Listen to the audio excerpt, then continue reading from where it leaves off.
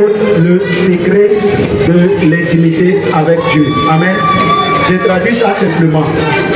Pour dire quoi? Pour être intime, il faut simplement être dans la chambre haute. Amen. L'intimité avec Dieu, c'est tout simplement le fait de se rapprocher de Dieu. Amen. Quand on dit que quelqu'un est intime de Dieu, ça veut dire que cette personne-là est de plus en plus proche de Dieu. Il y a ces différents paliers d'intimité. Amen.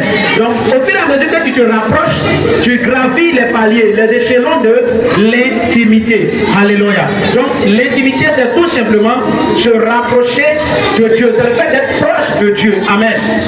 Amen. Je termine avec l'intimité. L'intimité, c'est aussi vivre au-dedans de nous. Vivre au-dedans de soi dans la conscience que Dieu est constamment avec nous. Vivre dans la conscience que partout où nous sommes, Dieu est là, Dieu nous voit et Dieu a ses regards sur nous. Amen. Donc c'est de vivre avec la conscience de la présence de Dieu avec nous.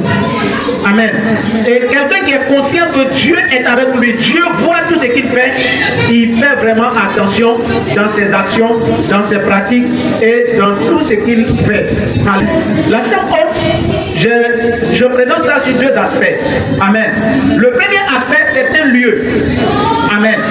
La chambre haute dans la Bible, c'était une chambre, c'était une maison, un lieu, un local où les disciples partaient chaque fois prier. Amen. Donc, dans le premier sens, la chambre haute est un lieu où on va à la rencontre de Dieu, où on va prier, où on va méditer, où on va chercher Dieu. Amen. Donc, la chambre haute est un lieu, mais c'est en même temps un moment que tu mets à part pour aller à la rencontre de Dieu, pour aller chercher Dieu, pour aller écouter Dieu, pour aller voir la face de Dieu. Alléluia. Donc c'est ça la chambre haute. Alléluia. La chambre haute c'est aussi un moment de retraite spirituelle où l'on prend pour voir la face de Dieu. Souvent, certains donnent des thèmes à leur mouvement de prière ou à leur moment de prière et d'autres appellent la chambre haute, c'est-à-dire c'est un temps de retraite. Ça fait peut-être 3 jours de retraite qu'il a décrété peut-être dans le mois. Qu'il appelle ça la chambre haute où il va pour voir la face de Dieu dans un endroit. Alléluia. Donc la chambre haute signifie aussi dans un sens spirituel un lieu de retraite, un moment de retraite spirituelle. Pour dire que nous en tant que chrétiens, si on veut vivre l'intimité, on doit avoir des temps de retraite. On doit avoir des lieux de retraite. On doit être des personnes qui, à un moment de notre vie, les retraites spirituelles doivent faire partie de notre quotidien. Si tu me suis dit Amen. Amen. Et quand nous prenons la Bible, tous les hommes qui ont impacté dans la Bible sont passés par la chambre haute, ont eu ces grands moments. On a vu avec Jésus qui, avant même qu'il ne commence, la Bible dit que l'Esprit de Dieu a conduit Jésus dans le désert afin de jeûner et de prier. Amen. Jésus n'est pas parti seulement dans le désert, mais lorsqu'il est parti, le désert était un lieu physique. Mais à côté du lieu physique, il y avait l'activité spirituelle qui était le jeûne et la prière. Amen. Et c'est à partir de ce moment que Jésus est revenu. C'est à partir de ce moment-là que Jésus a commencé à faire des choses qu'il ne pouvait pas faire auparavant. Amen. Donc la chambre haute que Jésus a pratiquée a été ce qui a été le secret de la réussite de la vie spirituelle de Jésus. Un chrétien ne peut pas réussir s'il ne passe pas par la chambre haute. Les disciples n'ont pas commencé l'église sans passer par la chambre haute. Les disciples ne sont pas séparés de la chambre haute. La Bible dit dans le livre des Actes 1, verset 13 que la chambre haute était là où ils se trouvaient d'ordinaire. Ça veut dire qu'ils avaient un temps, ils avaient un moment, ils avaient un jour, ils avaient des mois, ils avaient programmé où ils partaient dans la chambre haute pour prier. Amen. Amen. Est-ce qu'aujourd'hui, toi qui veux être intime, tu as un temps de prière, tu as un jour de prière, tu as une chambre haute, tu as un lieu de prière où tu te retires pour voir la face de Dieu? Est-ce qu'à part ta maison, tu as un lieu où tu vas prier? À part tes heures de culte, tu as un temps où tu te mets à part pour prier? À part les jeunes de l'église, il y a un temps où tu te mets pour jeûner. À part les activités de l'église, il y a un temps où tu prends pour dire aujourd'hui, je me mets dans la présence de Dieu. Aujourd'hui, je me mets ici à cause de l'Éternel. Aujourd'hui, je me mets ici parce que je veux passer de l'intimité avec Dieu. Si tu ne le fais pas, c'est cherche à le faire maintenant. Alléluia. Parce que c'est par la chambre haute qu'on parvient à l'intimité. Donc Jésus est passé par la chambre haute. Lorsqu'il a jeûné 40 jours et 40 nuits, sans manger, sans chercher à connaître lui-même son programme personnel, il est parti dans la chambre haute afin de prier le Seigneur, afin de voir la face du Seigneur. La Bible dit dans Luc 4 que Jésus revint du désert, revêtu de la puissance d'en haut. C'est-à-dire que c'est dans la chambre haute que Dieu revêtit les personnes. On ne te dira pas que tu es un appelé, on ne te dira pas que tu vas faire de grands miracles. Si auparavant tu n'es pas quelque part en train de chercher la face de Dieu, aujourd'hui on ne voit plus d'appelés parce qu'il n'y a personne qui se tient dans la chambre haute. C'est dans la chambre haute que Dieu sélectionne ses enfants. C'est dans la chambre haute que Dieu voit le cœur. C'est dans la chambre haute que Dieu envoie les appels sur les personnes. La Bible dit que lorsque le roi Akab avec Jézabel était en train de tuer la prophète, Esaïe était dans le secret, Esaïe était dans le pied, il se disait que je suis resté seul, sans ce moment, Esaïe va entendre la voix de Dieu. Auparavant, Esaïe n'était pas un prophète. Alléluia. Il ne sera pas un prophète si tu ne rentres pas dans la chambre haute. Alléluia. Esaïe n'était pas un prophète. Il était un homme ordinaire. Et la Bible a compris pour dire, Élie est l'homme de la même nature que nous. C'est-à-dire les prophètes que vous voyez, ils avaient la même nature que nous. Ils avaient la même nature que toi. Mais parce qu'à un moment de leur vie, ils ont décidé de quitter la présence des hommes et de rentrer dans la présence de Dieu. À partir de ce moment, l'agenda de Dieu a commencé à marcher avec eux. Ma prière pour toi, c'est de sortir de ce thème, que l'agenda de Dieu commence à marcher avec toi. Que le programme de Dieu commence à marcher avec toi. Et que tu ne restes pas là où tu es, mais que l'Esprit de Dieu te pousse dans le désert. Que l'Esprit de Dieu te pousse dans la chambre haute. Que l'Esprit de Dieu te pousse dans la montagne. Jésus est rentré dans la chambre haute. Selon les définitions qu'elle a données, c'est un lieu, mais en même temps c'est un temps. C'est un moment qu'on prend pour rencontrer Dieu. Et c'est ce que Jésus a fait. Élie également, Élie vivait à la montagne. Élie ne vivait même pas sur la terre. Tu ne peux pas être un homme de Dieu et vivre sur la terre.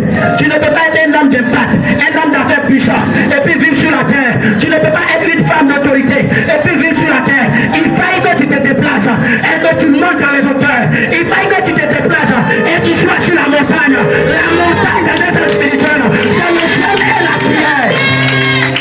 Alléluia. La montagne de l'être spirituel, c'est le ciel et la prière. Pour dire que tu veux être un homme d'autorité, il faille que tu montes à la montagne. Tu veux être une femme qui a du succès, il faille que tu montes à la montagne. Tu veux être un homme qui a de l'espace, la montagne t'attend.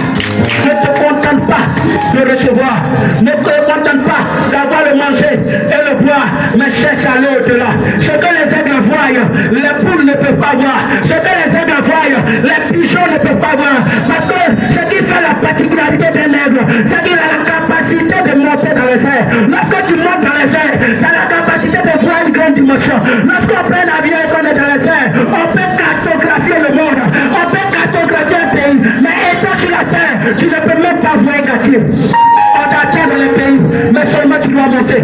On t'attend dans les nations, seulement tu dois monter. On t'attend dans les finances, seulement tu dois monter.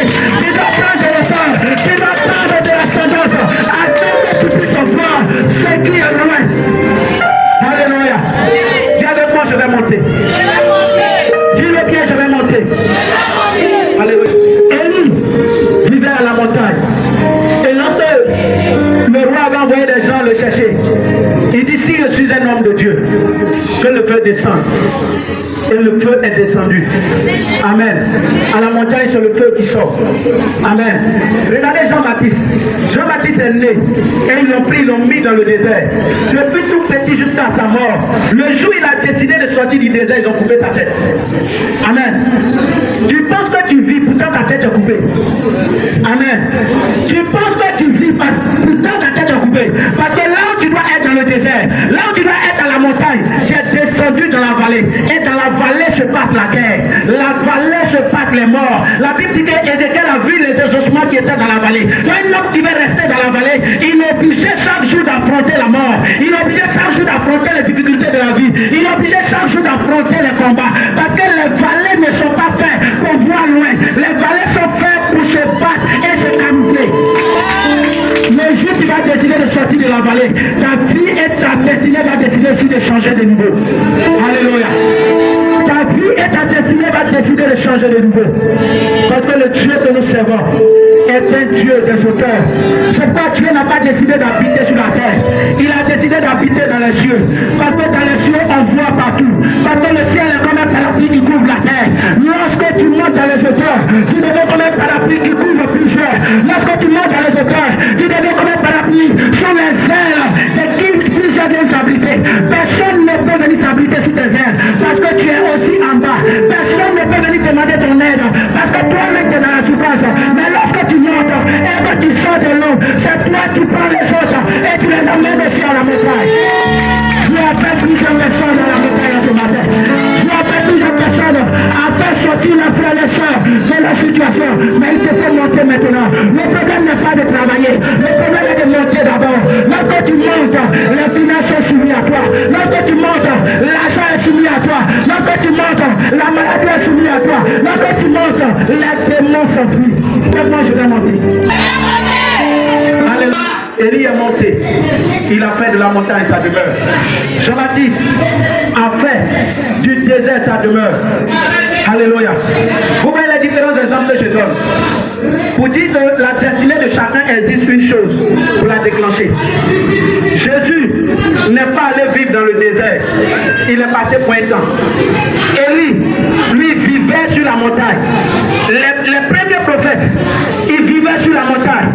Et lorsque ces prophètes descendent, on sait automatiquement qu'il y a quelque chose qui se passe. Alléluia.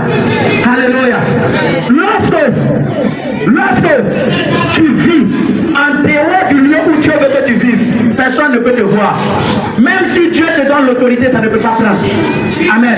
Parce que tu es en dehors de ton cadre. Et ces hommes-là, ils ont pu vivre selon le lieu que Dieu les a donné. Jésus avait Gethsémani, où il partait à tout moment prier. C'est pourquoi lorsque Judas voulait le livrer, Judas savait qu'à cette heure-là, Jésus est à Gethsémani. Amen. Où est-ce que toi on te retrouve? Où est-ce que toi on te retrouve aujourd'hui? Aujourd'hui, où est-ce qu'on te retrouve? Le lieu le plus sûr qu'on peut te retrouver, c'est dans ton service. Amen. C'est-à-dire toute ta vie, c'est centré sur le service et l'argent. Un homme qui vit comme ça ne peut pas être heureux.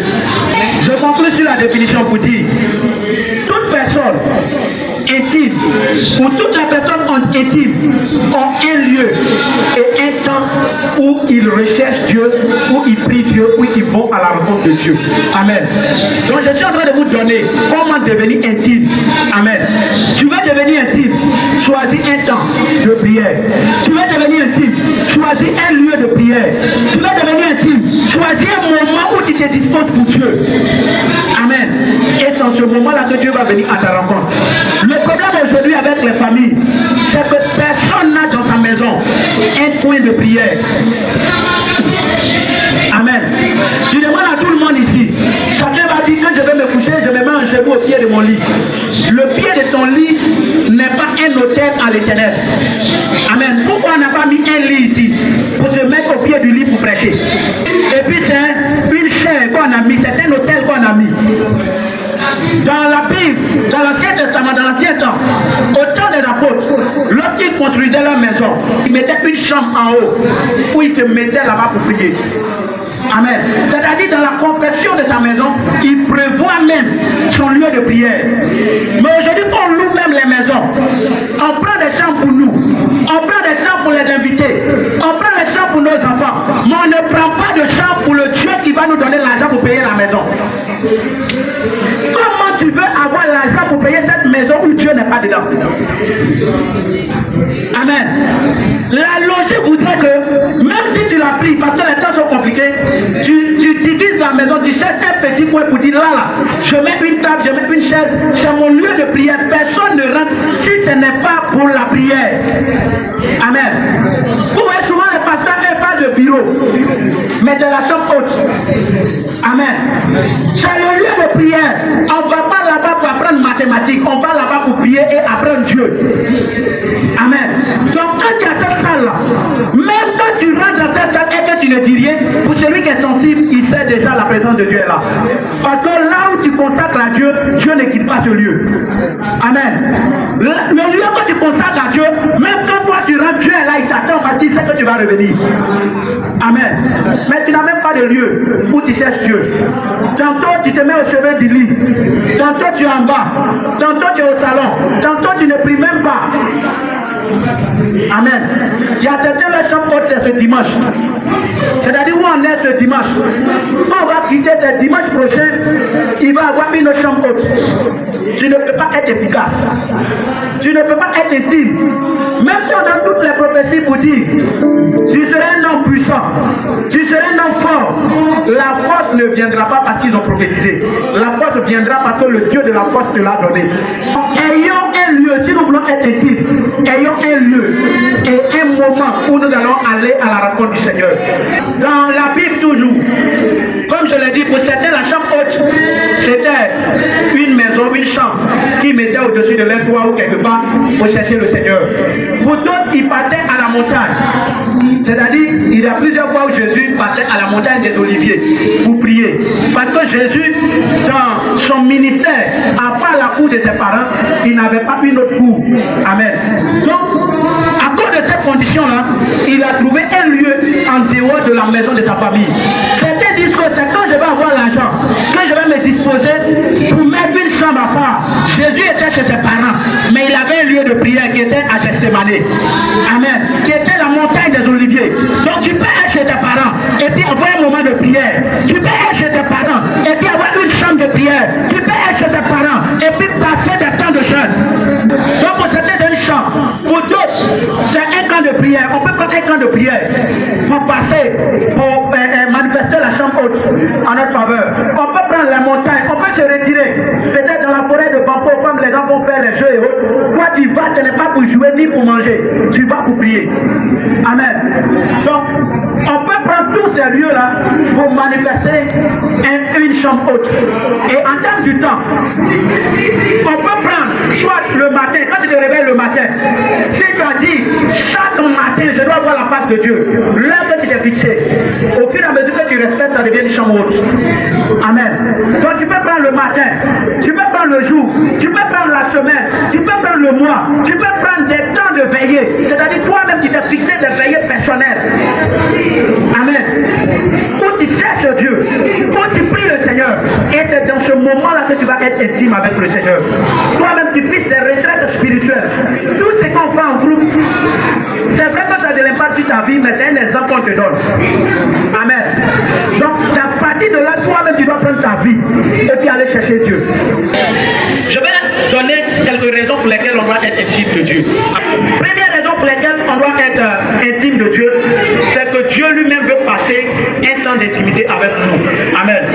Ce n'est pas l'homme qui aime trop Dieu qui va chercher Dieu. C'est Dieu lui-même qui cherche l'homme d'abord. Mais le problème c'est que l'homme fuit. Quand quelqu'un a péché, au lieu d'aller prier, il prie plus, il fuit. Amen. Quand quelqu'un a des problèmes, au lieu d'aller prier, il prie plus, il fuit. Quand quelqu'un a un souci, au lieu d'aller prier, il prie pas et puis il fuit. Pourtant, Dieu lui-même, il nous cherche afin de passer un temps d'intimité avec nous. Alléluia. Genèse 3, le verset 9. La Bible dit, mais l'Éternel appela l'homme et dit, où es-tu? Amen. Lorsque Adam et Ève avaient mangé le fruit interdit, Dieu lui-même il est venu dans le jardin.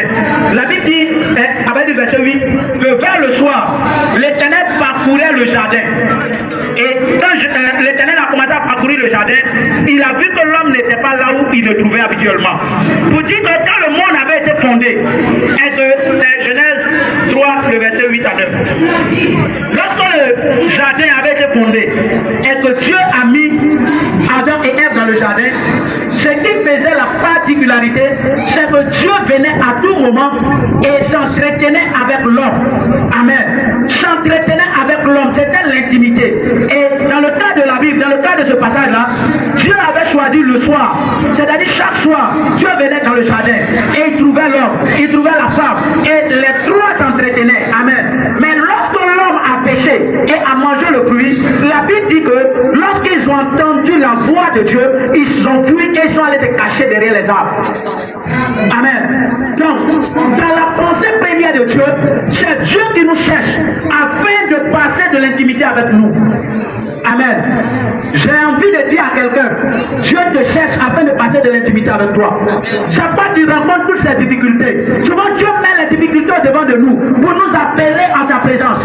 Dieu te cherche, toi qui m'entends ce matin. Dieu te cherche afin de passer de l'intimité avec toi. Arrête de fuir la présence de Dieu. Arrête de fuir les moments de prière. Arrête de fuir les temps de jeûne. Arrête de fuir les temps de prière, les temps de retraite. Il y a des personnes qui ont entendu la voix de Dieu dans leur cœur, qui leur a demandé de faire leur moment de jeûne. Mais jusqu'aujourd'hui, tu n'as pas pris cela. Amen. Pendant que je parle, tu es assis et tu m'entends. C'est ce que Dieu t'a dit. Dieu t'a demandé de prendre leur moment de jeûne. Mais tu as toujours fui.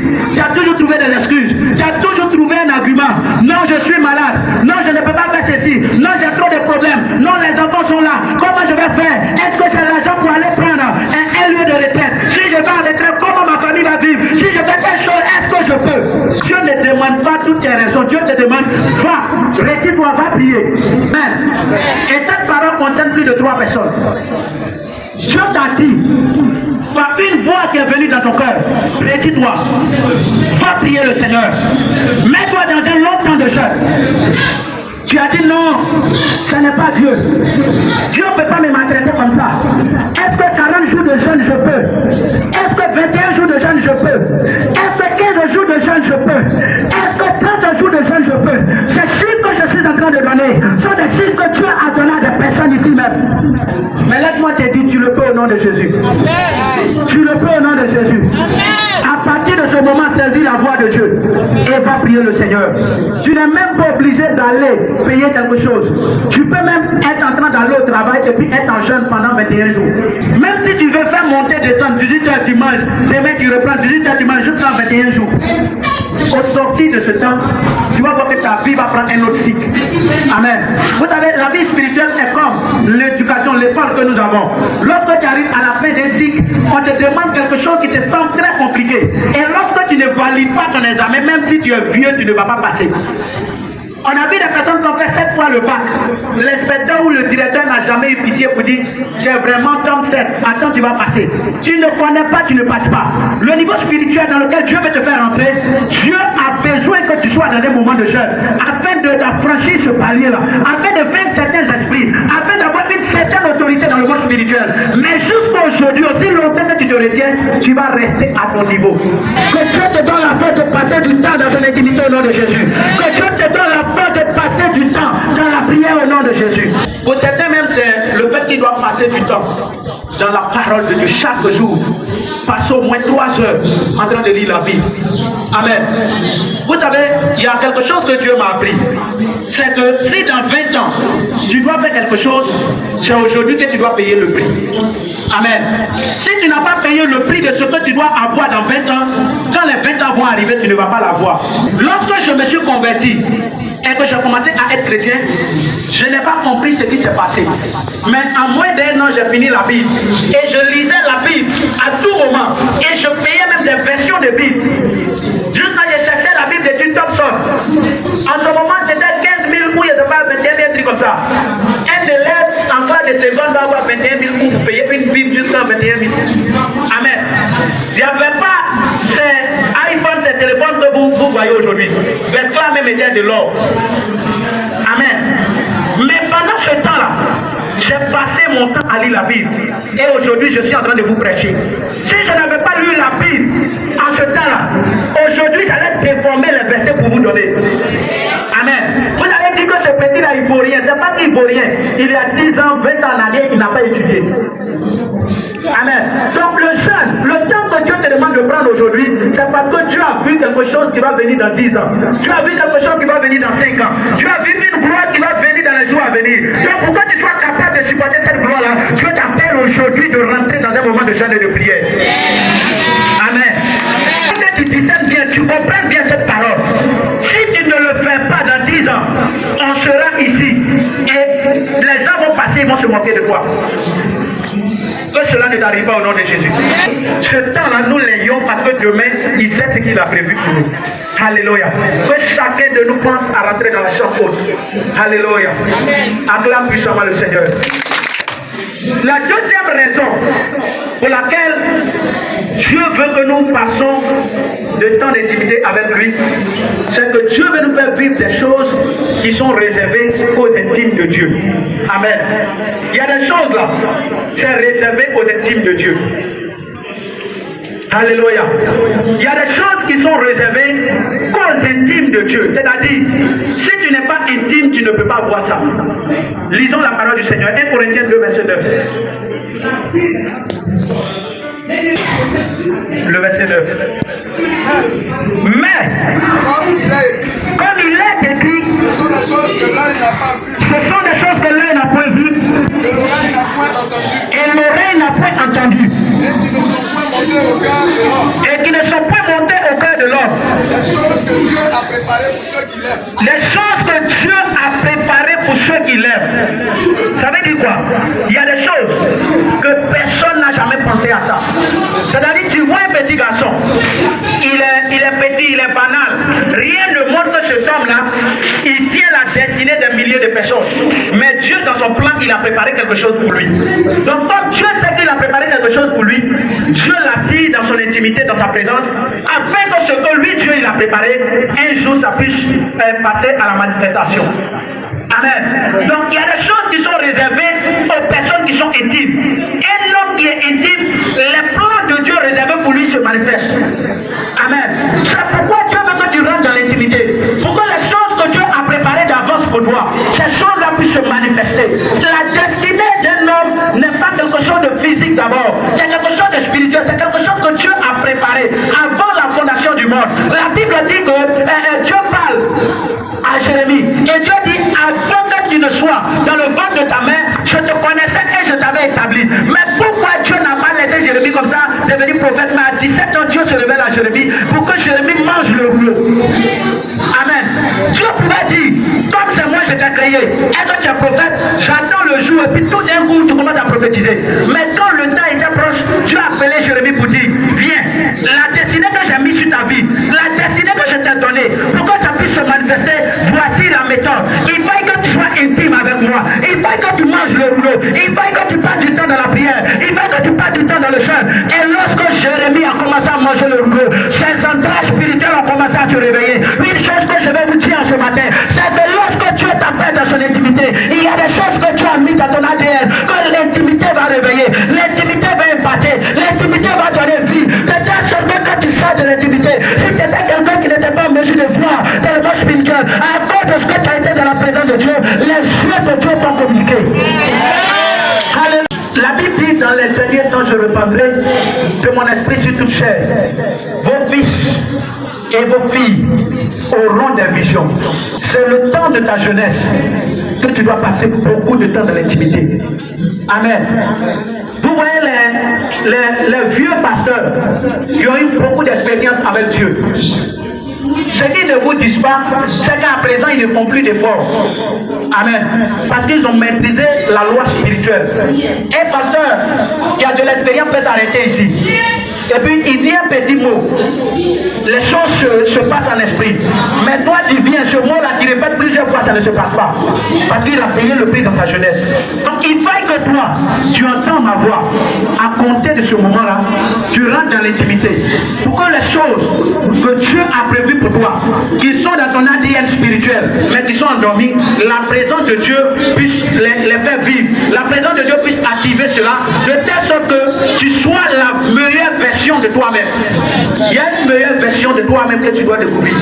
C'est vrai, tu as une vie de prière. Mais si tu pries mieux que ça, tu auras un résultat plus mieux que ce que tu as aujourd'hui. Donc Dieu veut qu'on soit dans sa présence afin de vivre les choses qui sont réservées aux intimités. La Bible dit dans Proverbe que la gloire de Dieu c'est de cacher. Verset 5, verset 2. Amen. Donc dans la nature de Dieu, il y a des choses qu'il veut nous donner, mais il a caché. Donc dans l'intimité, on cherche à découvrir ce qui est caché de Dieu qui nous appartient. Dieu répand son esprit béni sur ta vie. De telle sorte que tu aies l'amour de rentrer dans sa présence. Afin que cette année ne passe pas et que tu sois intime. Il y a des grandes faveurs qui sont réservées pour toi dans l'intimité. Il y a des grandes dimensions qui sont réservées pour toi dans l'intimité. Il y a de grandes choses qui sont réservées pour toi dans l'intimité. Il y a des grands dons qui doivent être réveillés, mais seulement dans l'intimité. C'est quand tu sors de l'intimité et que tu vas même à un programme, c'est en ce moment que le Saint-Esprit te localise. Amen. Aujourd'hui, chacun est assis et ils veulent qu'on commence à donner les numéros, on commence à dire les noms. On ne dira pas ton nom. Il y a une chose que les gens ne comprennent pas. Ce n'est pas le prophète qui décide de dire le nom de qui il veut. C'est Dieu qui dit au prophète, va dire telle chose à telle personne parce que je l'ai vu. Amen. Mais si Dieu ne te voit pas, comment Dieu peut dire quelque chose de toi à son prophète? Amen. La Bible dit quoi? Dans Exode, la Bible dit, j'ai entendu les cris que les font pousser les oppresseurs et j'ai vu la souffrance. Ça veut dire quoi? À un moment de la vie du peuple d'Israël, Dieu a vu la souffrance et à côté de la souffrance, leur cri, leur prière. À un moment, ils ont commencé à prier, ils ont commencé à crier au Seigneur. Dieu s'est souvenu automatiquement et il a parlé à Moïse, retourne en Égypte. Va en Égypte. Amen. Quand vous étudiez cette histoire, ça a 400 ans que Moïse devait aller libérer le peuple. Mais il y a eu 30 ans de retard. Pourquoi? Parce qu'en ce moment-là, il ne criait pas. En ce moment-là, il n'était pas dans l'intimité avec le Seigneur. Mais le jour, ils se sont levés et ils se sont mis dans l'intimité. Dieu a été obligé d'apparaître dans un buisson ardent qui ne se consumait pas. Afin d'envoyer quelqu'un. Les prophètes que vous voyez, ce n'est pas parce que d'abord ils ont une vie de prière. C'est la soif et la prière du peuple qui suscite les prophètes. Si vous priez, si vous cherchez Dieu, Dieu va vous envoyer quelqu'un pour vous amener là où vous devez arriver. Il n'y a plus de prophètes authentiques parce qu'il n'y a plus personne qui cherche la face de Dieu. Le jour où tu vas te lever, Dieu va t'envoyer la direction divine. Le jour où tu vas te lever, Dieu va t'envoyer un prophète pour changer ta vie. Le jour où tu vas te lever, Dieu va envoyer quelqu'un pour débloquer tes finances.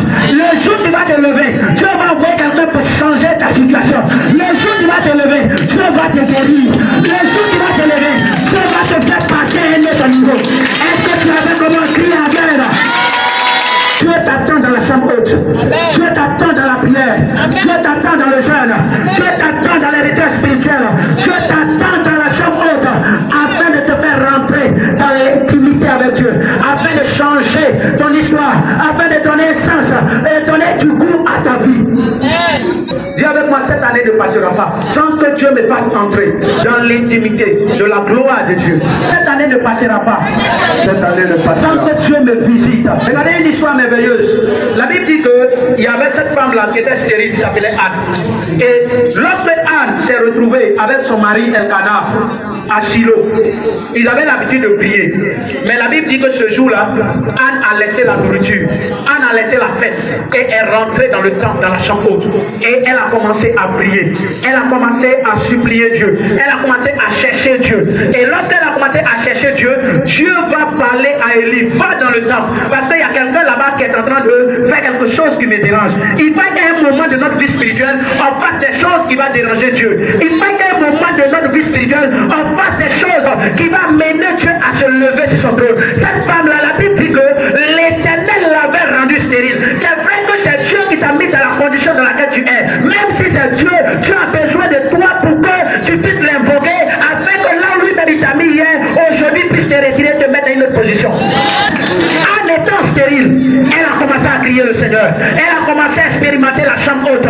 Et cette dimension de chambre haute, c'est là où l'heure n'est pas comptée. C'est là où le jour n'est pas regardé. C'est là où les habits, on ne regarde pas. C'est là où on ne cherche pas à savoir qui est à côté de nous. Elle s'est mise à prier comme quelqu'un qui était sur le coup de l'alcool. Et lorsque Élie, qui était un voyant, qui était un prophète arrivé, Élie n'a pas pu discerner que cette femme-là, elle porte quelque chose dans son sein. Élie avait pensé que cette femme avait bu de l'alcool. Mais cette femme ouvre la bouche et dit, cette femme que tu vois, là où tu me vois ce matin, ce n'est pas parce que j'ai bu de l'alcool, mais il y a quelque chose qui me tracasse. Élie va dire à cette femme, parle-moi, qu'est-ce qui te tracasse? Élie va, et cette femme va dire, Élie, ta servante que tu vois, ça fait des années qu'elle pleure, ça fait des années qu'elle n'a pas d'enfant, ça fait des années qu'elle souffre de cette même situation. Laissez-moi vous dire que dans le monde spirituel, les pleurs que vous versez pour Dieu, à elle prie aux yeux de Dieu. Aujourd'hui, personne ne plaît à l'église. Lorsqu'on chante, ça ne touche personne. Lorsqu'on danse, ça ne touche personne. Lorsqu'on prêche, ça ne touche personne. Mais comment voulez-vous expérimenter l'intimité de Dieu? Cette femme était en train de pleurer. Et les larmes qui tombaient étaient comme du marteau, qui appelaient Dieu, qui sonnaient dans le cœur de Dieu. Dieu ne pouvait plus s'asseoir. À un moment, Dieu s'est levé sur ton trône. Et il fallait que Dieu agisse. Et Dieu a changé l'histoire de cette femme. Désormais, ce n'est plus les pleurs, mais c'est les chants dans l'église. C'est les chants dans l'église. J'ai envie de dire à quelqu'un, lorsque tu vas rentrer dans l'intimité, ton prochain niveau, c'est des chants dans l'église que tu vas donner. Lorsque tu vas rentrer dans le jeûne, les événements à venir, c'est des danses, c'est des joies, c'est des célébrations, parce que l'Éternel va te visiter. Lorsque tu vas te lever, l'Éternel va te révéler à toi. Amen. Pendant que les autres dansent, parce qu'ils ont vu de la corde, il y a une femme qui danse parce que l'Éternel va donner un enfant. Tu danseras parce que Dieu te donnera un enfant. Amen. Tu danseras parce que Dieu te donnera le travail. Amen. Tu danseras parce que Dieu te donnera les finances. Amen. Tu danseras parce que Dieu fera quelque chose de nouveau. Si seulement tu peux te lever et crier à l'Éternel, je vois cette chose à venir à toi. Je vois cette chose à venir à toi. À ce matin, l'Éternel te visitera. Il a le Dieu qui attend le peuple. Il a le Dieu qui attend les cris. J'ai vu la souffrance de mon peuple. Et cette parole est pour quelqu'un ce matin. Dieu a vu ta souffrance. Dieu a entendu tes cris. Dieu a vu ce que tu traverses. Les injustices que tu traverses au service. Les complications que tu traverses en famille. Les situations que tu vis dans ton environnement. L'Éternel me charge de te dire, il a entendu ces cris. Il a vu ces choses. Et le temps viendra pour toi. Oui, il te sortira de cette situation. Le temps viendra pour toi. Oui, il te visitera. Le temps viendra pour toi. Oh, la main de Dieu. La main de Dieu sera sur ta vie. Joseph ne savait pas que la souffrance était la porte de Dieu. Joseph ne savait pas. Mais la force de Joseph, c'est que Dieu l'avait rendu intègre. Que mon Dieu te rende intègre. Afin que tu ne rates pas la gloire qui vient. Que mon Dieu te rende fidèle. Afin que tu ne rates pas les promesses qui arrivent. Que mon Dieu te donne la force. Afin que ce qui arrive, qui est glorieux, tu puisses la toucher. Souvent les voies de Dieu sont tellement compliquées que tu ne sais pas. Tu ne sais pas ce que Dieu fait. Souvent tu es compliqué, tu ne sais pas pourquoi tu es compliqué, mais c'est Dieu qui met cela dans ton cœur parce qu'il sait ce qu'il veut faire. Amen. Ne pensez pas que je suis compliqué. Souvent je fais des choses par l'esprit que moi-même je comprends plus tard. Amen. Donc, mais c'est dans ce petit rayon de 1 an, toutes les choses se sont mises en place pour que j'accède au mariage. Amen. Il faille que tu sois sensible à la voix de Dieu et au plan de Dieu pour que la situation dans laquelle tu es, tu puisses sortir. Amen. Il y a des gens ici, souvent le Père peut-être leur demande de quitter là où tu es. Mais tu trouves cela tellement compliqué. On te dit de quitter l'homme qui paye ta maison, qui n'est pas marié. On dit quitte cet homme-là. Mais tu trouves qu'on est en train de te foutre dehors parce que cet homme-là, il va plus payer ta maison. Tu ne sais même pas comment tu vas vivre. Mais peut-être le plan derrière, c'est qu'après avoir quitté cet homme-là, Dieu va mettre dans le cœur de cet homme-là de venir t'honorer. Amen. Amen. Mais comme toi, tu ne connais pas le plan de Dieu, on te parle, tu ne veux pas écouter. Lorsqu'un homme de Dieu donne une parole, c'est ce que Dieu lui dit qu'il est censé dire. L'explication que Dieu n'a pas donnée, il ne doit pas inventer. Donc si Dieu l'a dit, dis à cette personne de quitter sa famille et d'aller dans tel lieu, c'est ce qu'il a reçu. Si toi tu veux des explications, reste dans la chambre haute et va demander à Dieu. Quand Dieu a dit à Abraham, quitte la maison de ton père, son père n'était pas un sorcier, sa mère n'était pas une sorcière, mais Dieu savait que la présence familiale ne pouvait pas le faire voir ce qu'il voulait lui montrer. Le jour où Abraham est sorti, il a pu voir les étoiles du ciel. Pour dire qu'aussi longtemps que les instructions que Dieu te donne, tu n'obéis pas à ces instructions, ce que Dieu veut te montrer, tu ne pourras pas les voir. Amen.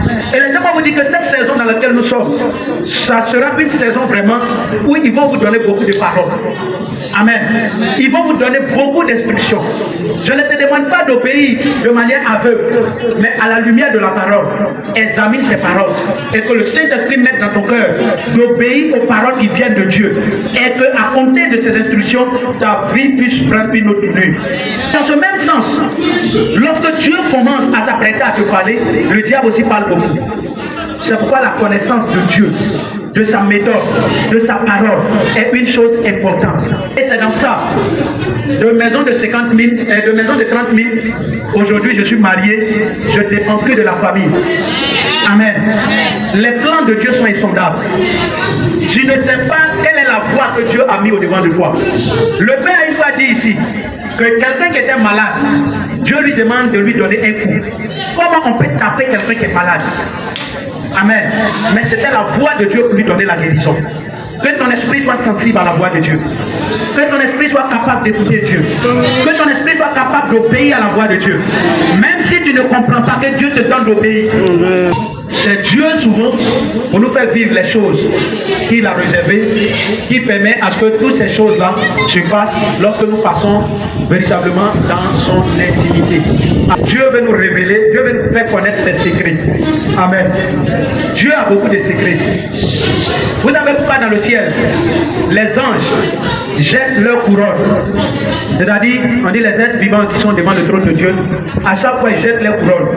Parce qu'à chaque fois qu'ils regardent Dieu, ils voient une face de Dieu. Ils voient quelque chose de nouveau. Donc à chaque fois qu'ils voient Dieu, ça leur pousse encore à l'adorer. Amen. Dieu a beaucoup de secrets qu'il veut révéler aux personnes qui se tiennent dans sa présence. Lorsque tu deviens ami de Dieu, lorsque tu te tiens constamment dans la présence de Dieu, Dieu commence à te révéler les choses cachées. Dieu commence à te révéler les choses cachées, non seulement dans toi-même ta vie, mais aussi dans la vie de ceux qui sont autour de toi, dans la vie des nations, dans la vie des peuples, dans la vie de ta famille. Dieu commence à révéler ces choses.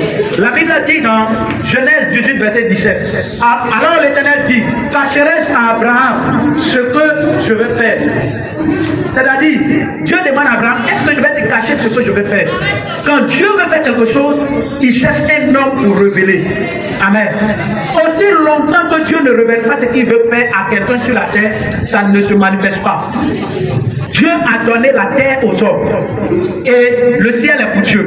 Donc à chaque fois que Dieu, qui est esprit, veut faire quelque chose sur la terre, Dieu demande la vie de l'homme.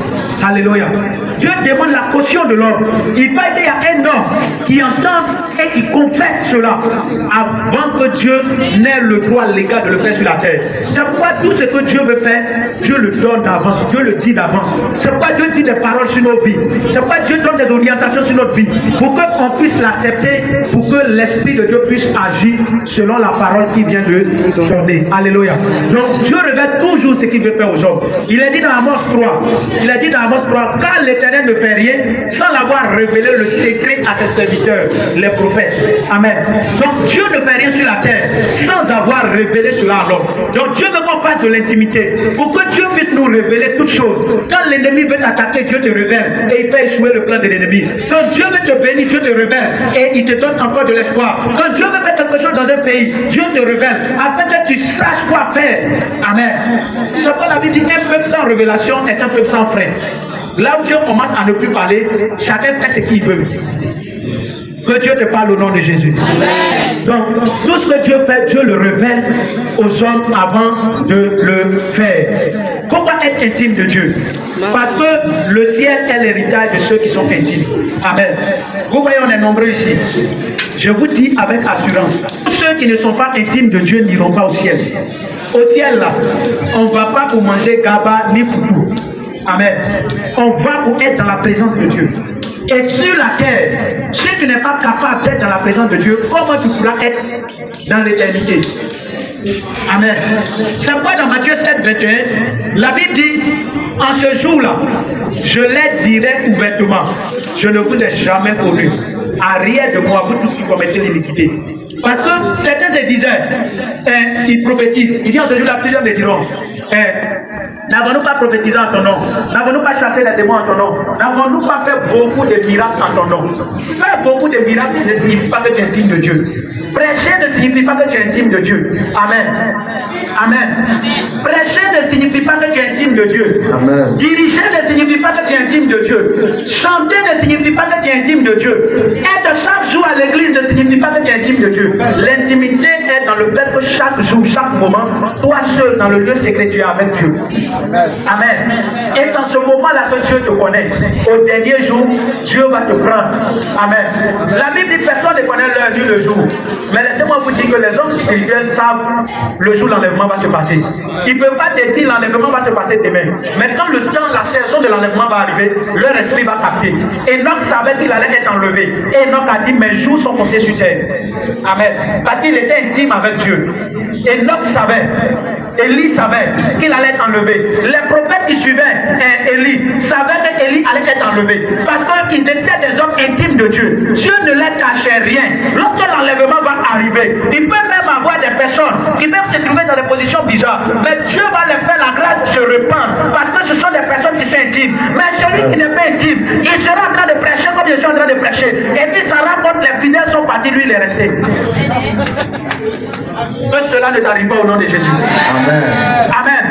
Donc l'intimité garantit le ciel. Le ciel est l'héritage des personnes qui sont intimes. Parce que tout ce qui peut arriver sur la terre, Dieu les informe par la sensibilité spirituelle, par les voix de Dieu. Alléluia. Que Dieu te fasse la grâce d'être sensible à la voix du Saint-Esprit. Que Dieu te fasse la grâce d'être enlevé. Que Dieu te fasse la grâce de voir le ciel. Au nom de Jésus. Premièrement, la chambre haute est un lieu d'isolement. C'est-à-dire où l'on vient rester seul dans la présence de Dieu. Donc, il faille qu'on reste longtemps devant la présence de Dieu. Donc, aujourd'hui, on n'est plus intime de Dieu. Aujourd'hui, la notion d'intimité a vraiment diminué. On passe plus beaucoup de temps avec Dieu, on passe plus beaucoup de temps dans la présence de Dieu, on passe plus beaucoup de temps en prière, on passe plus beaucoup de temps dans le jeûne, dans la parole de Dieu, toutes ces choses-là, on passe plus beaucoup de temps. Mais ce qui nous préoccupe beaucoup, c'est qu'on doit chercher l'argent et chercher le bien matériel. Ce sont ces facteurs-là qui ont diminué l'intimité de Dieu dans la présence de Dieu. Amen. Donc on doit chercher Dieu. On ne doit pas passer tout notre temps à chercher l'argent. La Bible dit celui qui aime son frère, sa soeur et sa famille, l'argent, tout ça plus que moi, il n'est pas digne de moi. Amen. Pendant que tu passes, je dirais 1 heure de prière, tu passes 23 heures hautes dans haute activité. Et tu penses que dans 1 heure, Dieu va te visiter. Les 23 heures que tu passes ailleurs, c'est eux qui vont te visiter. C'est pourquoi quand tu dors, tu couches en rêve. Parce que toute ta journée, tu as passé avec eux. Amen. Donc on ne doit pas passer tout notre temps à chercher l'argent, à chercher le bonheur, sans passer un peu de temps à chercher Dieu. Amen. Il faut qu'on passe du temps à chercher Dieu. Sans ce moment qu'on devient intime, l'argent a pris le contrôle de toutes choses. Tu n'as pas d'argent, on ne te respecte pas. À l'église même, tu n'as pas d'argent, tu ne t'assois pas devant. Quand quelqu'un vient, il apporte un peu de veste, on pense qu'il a l'argent et on veut le faire asseoir devant. Allez au plateau, vous allez voir que veste là, ce n'est pas synonyme d'argent. Amen. Les plus grands voleurs du plateau sont tous en veste. Ils sont dans les couloirs, dans les allées, ils te trompent, ils demandent une information, ils finissent avec toi. Amen. Donc, à l'église, on ne doit pas avoir ce comportement. Vous dites, comme il est un peu bien habillé, c'est que lui là, il a l'argent. Comme il est venu en voiture, c'est que lui là, il a l'argent. Abidjan ici, tout le monde va en voiture. C'est voiture de quelqu'un, il a droit de vendre, il a pris pour venir à l'église. Amen. Donc, comme il vient à l'église, il l'a enlevé en vente là, il a décollé ça pour déposer à la maison, et puis il est venu avec ça. Il vient à l'église, il est venu, on a beaucoup de voitures, on n'a pas beaucoup de voitures. Considère celui qui est à côté que tu penses qu'il n'a rien là. Considère-le parce que peut-être c'est à cause de son intimité que toi tu as envie. Amen. Amen.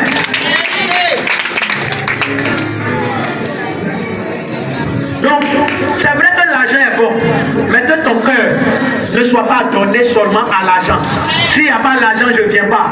Si on ne paye pas mon transport, je ne viens pas. Si je ne gagne rien, je ne fais pas. S'il n'y a pas ceci, je ne fais pas. Quand c'est comme ça, tu cours à ta mort. Amen. Un matin, l'argent, tout ça, ça va nous laisser.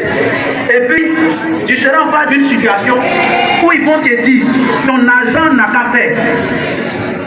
Vous savez pourquoi il est bon d'aller au village? Quand tu ne vas pas au village, parce que tu es Abidjan, tu penses que tu as l'argent, tu te fous des gens. Le jour où ton parent va décéder, ils vont rester, ils vont dire ton argent n'a qu'à enterrer ton parent. Amen. Au village, ils ont déjà compris. Ton argent là n'a qu'à venir creuser ton tombeau, il va soulever le corps pour aller l'enterrer. Le chef du village donne l'instruction, personne ne vient à ton funérail. Vous êtes 5-10, c'est les membres de la petite famille. C'est là que tu vas voir que l'argent, là, c'est un matériel qu'on utilise pour des besoins, mais ce n'est pas la vie de l'homme. Amen. Amen. Toute ta vie ne doit pas être centrée sur ton travail. Viens à l'église, je vais au travail. Fais ceci, je vais au travail. Pourquoi tu n'es pas là? C'est le travail. Pourquoi tu n'es pas ceci? C'est le travail. Pendant que c'est le travail, mais quand il y a funérailles, tu trouves du temps pour aller au funérailles. Amen. C'est toutes ces choses-là qui font qu'on ne peut pas être un intime de Dieu. Tu ne peux pas te lever un matin comme ça, et puis tout d'un coup, tu as fait 6 heures de prière. On commence un peu, jusqu'à avant qu'on arrive. Amen. Mais toi, tu pries même pas, tu fais toutes ces choses-là. Et puis dimanche, quand tu viens aussi, tu ne fais même pas bonne offrande. Amen. Et c'est toi, tu veux être intime. Tu veux que quand tu t'assois, tu dis Seigneur, en même temps, les anges te parlent. C'est les démons qui vont te parler. Amen. Donc, cherchons Dieu plus que tout et laissons l'argent. Dieu va nous donner l'argent pour nos besoins. Dieu va te donner l'argent pour s'occuper de tes enfants. Dieu va te donner ce que tu as besoin là. Dieu va te donner. Amen. Mais ce qui va te faire où ton cœur n'est plus à l'église, ton cœur n'est plus sur Dieu, tu ne cherches plus Dieu. Ta vie même tu ne sais plus où ça y est. Pour ne même pas faire toutes ces choses-là, tu dis non, toi ta Bible électrique. Mais quand on prend ton portable même, les meilleures applications que tu utilises là, on met ça en cœur, on met ça en haut. La Bible n'est pas dedans. Donc c'est la Bible même qui est dans ton portable là, c'est un justificatif. Le jour où on t'attrape, tu dis où est ta Bible, tu sors la Bible de ton téléphone. Or tu ne lis même pas. Si de suite j'ai dit Matthieu 5, verset 30. Certains vont prendre 5 minutes pour trouver ici. Mais c'est quelle intimité tu cherches? Il demande à son voisin, Matthieu là c'est où? C'est un Nouveau ou Ancien Testament? Amen. Pourtant à l'école, tu récites ton cours par cœur, philosophie. Tu récites ça par cœur. Tout ce sérieux qu'on ne donne pas à Dieu nous empêche d'être intimes de Dieu. Amen. Amen. L'intimité, c'est aussi le respect qu'on accorde à Dieu. Quand tu respectes Dieu, quand tu vois Dieu, tu trembles. Amen. Donc arrêtons de concentrer notre vie sur chercher l'argent. Cherchons Dieu aussi. Alléluia. Amen. Alléluia. Donc, le fait de chercher Dieu par isolement, c'est-à-dire de manière personnelle. Dans la Bible, les disciples aussi l'ont fait. Il y a eu d'abord Jésus qui, dans Luc 6, verset 12, la Bible dit en ce temps-là, Jésus s'est rendu à la montagne pour prier. Il passa toute la nuit en prière. Amen. Jésus s'est levé, il a fait une nuit, toute la nuit, il s'est mis à prier. Il s'est mis à prier. Il s'est mis à prier. Si on veut être intime, on doit mettre des nuits à part où on prie. Si on veut être intime, on doit mettre des temps à part où on se sacrifie pour prier le Seigneur. C'est pas veiller de l'église, c'est un temps personnel. Il n'y a pas d'instrument, il n'y a pas de chant, il n'y a pas de musicien. Toi-même tu fais tout à la fois. Toi-même tu chantes, toi-même tu danses, toi-même tu pries, toi-même tu prophétises, toi-même tu prêches, toi-même tu lis la parole. Tu fais toutes ces choses-là en même temps. À un moment, Dieu va arrêter ses regards sur toi. Dieu va dire, depuis un certain moment, cet enfant-là, il est en train de s'intéresser à moi. Et c'est à partir de ce moment, Dieu va venir vers toi et va commencer à s'entretenir avec toi. À chaque fois que Jésus partait pour prier, la Bible dit qu'avant qu'on ne l'arrête, et qu'il était parti dans le jardin de Gethsémani pour prier avec les disciples, la Bible dit qu'un ange est venu pour le fortifier, un ange est venu le parler, un ange est venu lui donner des instructions. C'est quand tu vas te retirer seul et que tu vas commencer à prier le Seigneur. C'est là que tu vas avoir les apparitions d'anges. C'est là que tu vas avoir les apparitions de Dieu. C'est là que tu vas discerner la voix de Dieu. La voix de Dieu s'apprend seul. La voix de Dieu s'apprend dans la chambre haute. La voix de Dieu s'apprend lorsque tu es au pied du Seigneur, dans la parole du Seigneur, en train de lire, en train de chercher, de comprendre qui est réellement Dieu. Lorsque tu vas le faire, tu verras ce que Dieu fera pour toi. Dieu va véritablement se révéler à toi. Et Jésus l'a fait. Il partait veiller à la montagne. Il avait un temps où il priait. Ça veut dire Jésus ne faisait pas seulement veiller, mais les matins aussi il sortait tôt pour aller prier. La Bible dit dans Marc 1, le verset 31, la Bible dit vers le matin, pendant qu'il faisait encore très sombre, il se leva et sortit pour aller dans un lieu désert où il pria. Donc Jésus se levait tôt le matin afin d'aller prier. Et par moment, peut-être une fois par mois, il prenait peut-être un vendredi où lui seul il s'enfermait dans sa chambre, où il veillait. Quand il se réveille le matin, peut-être à 5 h, à 4 h, il sort, il va dans sa chambre, il va dans le lieu que lui-même il s'est donné. Et il prie le Seigneur. Et quand Jésus finit et qu'il sort, les malades qui se présentent à lui sont obligés d'être guéris. Parce que lorsqu'il était en train de prier, Dieu a dit, il y a tel malade qui va venir. Il souffre de telle chose. Donc lorsqu'il va venir, voilà ce que tu vas faire. Souvent, la plupart des révélations qu'on donne ici, ce n'est pas forcément sur la chair qu'on l'a reçue, mais souvent dans la chambre, lorsqu'on est en train de prier, Dieu nous dit des choses qu'on vient vous transmettre ici. Si tu ne pries pas dans ta chambre, si tu ne pries pas lorsque tu te retires, si tu ne te retires même pas, comment Dieu va te parler au sujet de ta vie et de la vie des autres. Amen. Lorsqu'on était en train de préparer la veillée, le Seigneur avait déjà dit qu'il allait faire de grandes choses. Le Seigneur avait donné des révélations que j'ai données le jour de la veillée. Parce que j'avais pris un temps où j'étais en train de prier. J'avais pris un temps où j'étais en train de jeûner. En ce moment-là, manger même n'était pas quelque chose qui m'intéressait. Je commençais à jeûner. Quand je mange, peut-être à 20 h, c'est demain à 20 h encore que je vais manger peut-être spaghetti 500. Tout simplement pour que je sois disposé pour entendre le son de la voix de Dieu. Amen. Redis-toi. Va dans ta chambre. Sépare-toi des hommes un peu et prie le Seigneur. Tu vas voir que Dieu va véritablement t'orienter. Il y a les hommes de Jacob qui a lutté toute la nuit avec l'ange. Il y a un moment où lorsque tout le monde dort, tu dois te lever dans le secret.